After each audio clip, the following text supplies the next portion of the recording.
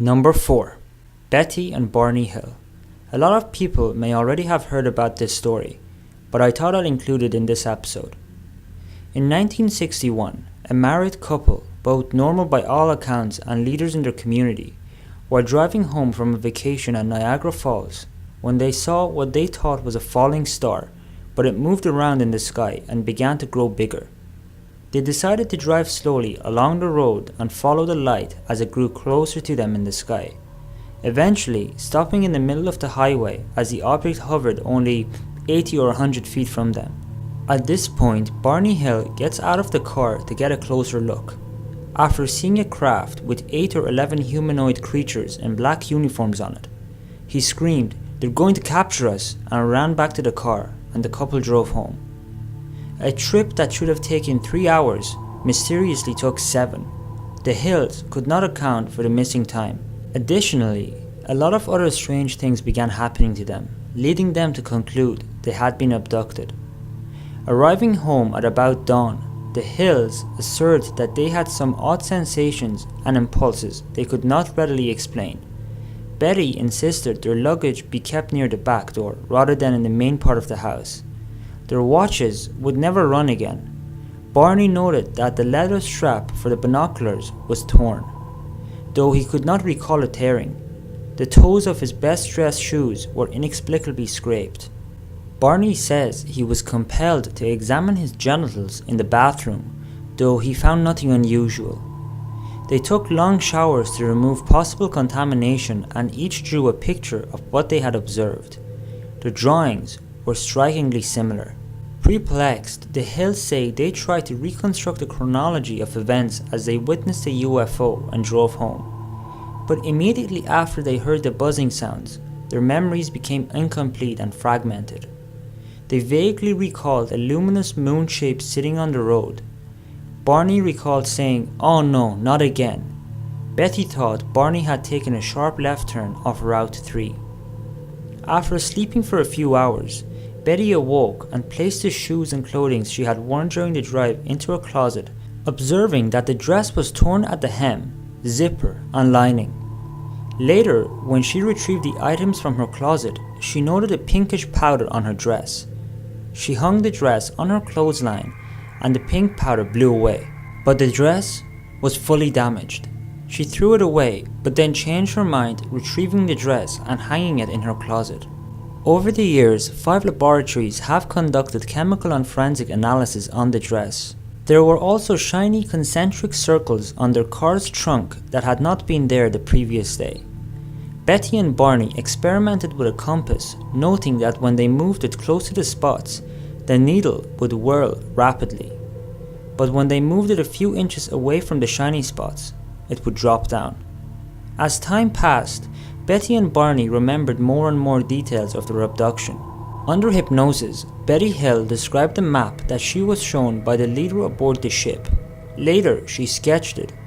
She said she was told that the heavy lines marked regular trade routes, and the broken lines recorded various space expeditions. Years later, researcher Marjorie Fish was able to find a unique matching set of nearby stars, which actually fit the map that Betty Hill had drawn. Barney Hill, also under hypnosis, drew the sketch of the leader of the alleged abductors. Number 3. Jesse Long. Jesse Long's story starts when he was just 5 years old. He claims that back in 1957, he was first abducted by alien beings, and these aliens conducted tests on him. Some of the tests that were conducted were very painful and traumatic for Jesse, and these abductions became more and more horrific over time as Jesse grew older. Jesse states that these alien beings would abduct him, paralyzing him through some kind of long rod that the aliens carried with them. He also stated that they abducted his brother as well. Jesse says that most of his abductions would occur in a similar manner. The aliens would take Jesse down a long hallway and he would be placed on a flat table. He claims that some of the experiments that were done on him were some form of sperm extraction.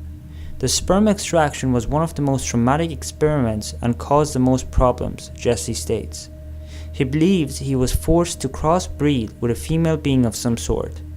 Jesse claims that a foreign object was placed within his body by the aliens, and this object remained in him for 34 years, and it caused great pain for him.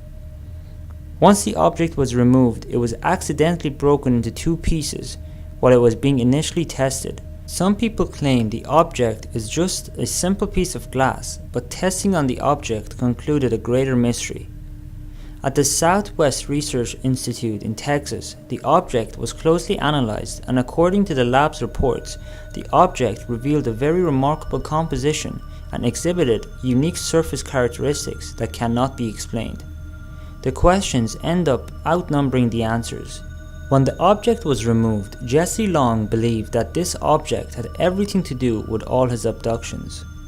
In 1990, Jesse Long was driving from California to New Orleans, and then right outside of Albuquerque, New Mexico, on Interstate 40, his car was lifted off the interstate from some force and brought into a craft with him still in the car.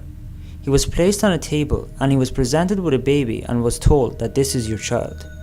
There were 9 other children standing along the wall, and they all looked at Jesse, and he knew right away that they were all his children. Each child walked up to Jesse and touched him on his hand, and as they walked by him, they looked Jesse straight into his eyes. They walked out of the room, and Jesse felt that the message these children were giving him was, "We are okay, thank you." Jesse's big question that he would ask these aliens is why him, and for what reason did they choose him? Thousands of these types of abductions are being reported every year throughout the world. Some people believe that a unified program is being conducted of physiologically exploitation by one species to another, a form of breeding with alien species on the human race. Number 2. Whitney Strieber. During the Christmas holiday in 1985, Whitney Strieber, an author known for The Wolfen in 1978 and The Hunger in 1981, was staying with his family in a cabin in upstate New York. During the night, he heard bizarre noises. He decided to go and investigate, and this is when Strieber discovered strange beings in his bedroom. After seeing these creatures, he woke up in what seemed only seconds later, sitting outside in the woods by the cabin. Baffled by what had happened and unable to recollect the events, he hired an hypnotist. After several tries, he was finally able to remember what had happened that night. That night, he was levitated out of the room to a ship hovering above the woods. He recalled there being various creatures on the ship, one that looked like a robot, and some were very skinny with dark eyes. This is when he also remembered the procedures that were performed on him. The creatures put a long needle into his brain and anally probed him. Although many thought him to be hallucinating these events, he swears to this day that these events were in fact very real. Number 1. Robert Taylor. 61-year-old Robert Taylor was a forestry worker in the Decmont Woods in Livingston, West Lothian, Scotland. On the morning of Friday, November the 9th, 1979, he and his red setter were doing duty in the forest when he was shocked to see a UFO hovering above the ground. The object was totally motionless and silent.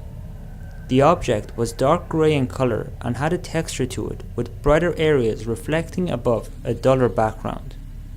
The exterior of the craft seemed to morph from time to time, which made Taylor think it was trying to render itself invisible. He estimated the object to be about 20 feet in diameter and 12 feet tall. It had a ring of a sword around it, which caused it to appear like a brim on a hat.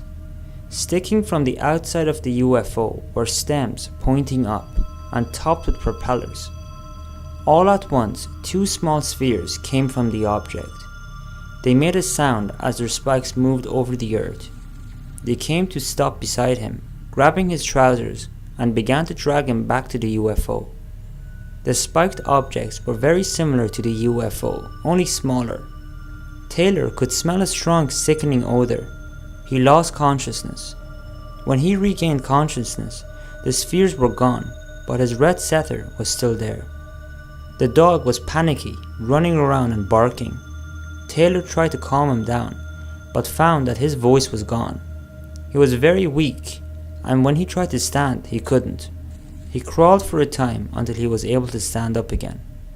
He finally made it back to his pickup truck and tried to radio his work headquarters via his two-way, but still could not speak.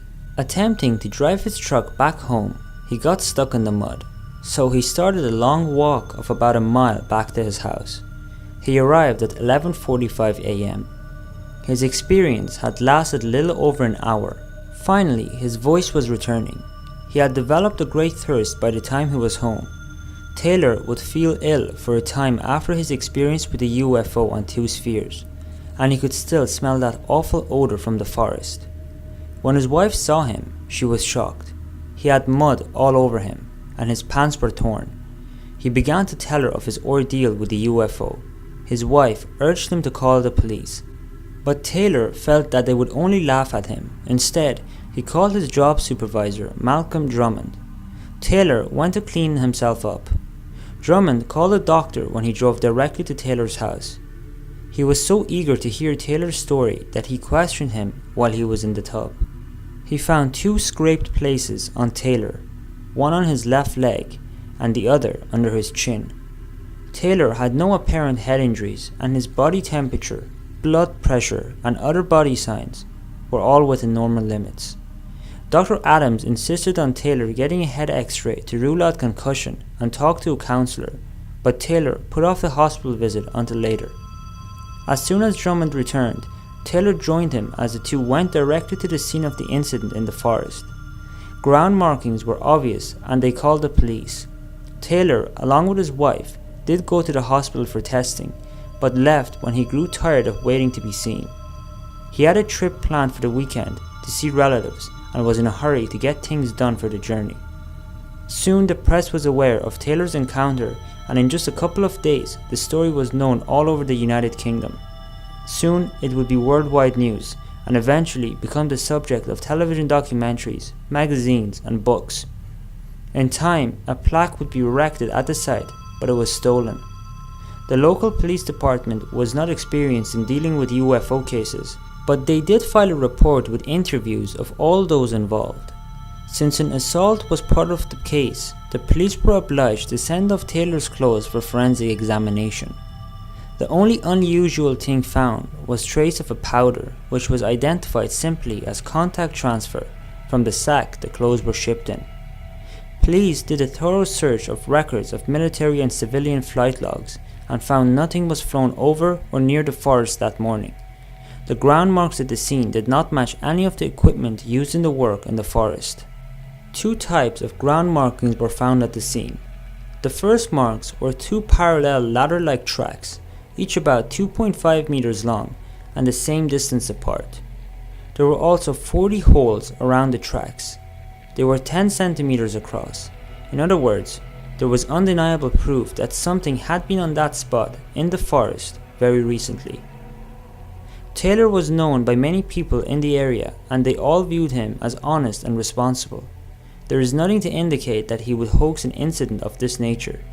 A timeline done by a UFO investigator to determine the length of time that Taylor was unconscious proved that Taylor was probably out of it for about 20 minutes, give or take. So if we take Taylor's account as is, he was abducted by something otherworldly on November the 9th, 1979 for about 20 minutes. There has been no evidence presented in order to refuse or accept his claims. So that's it for today's video. Thank you so much for watching and I hope you've enjoyed it.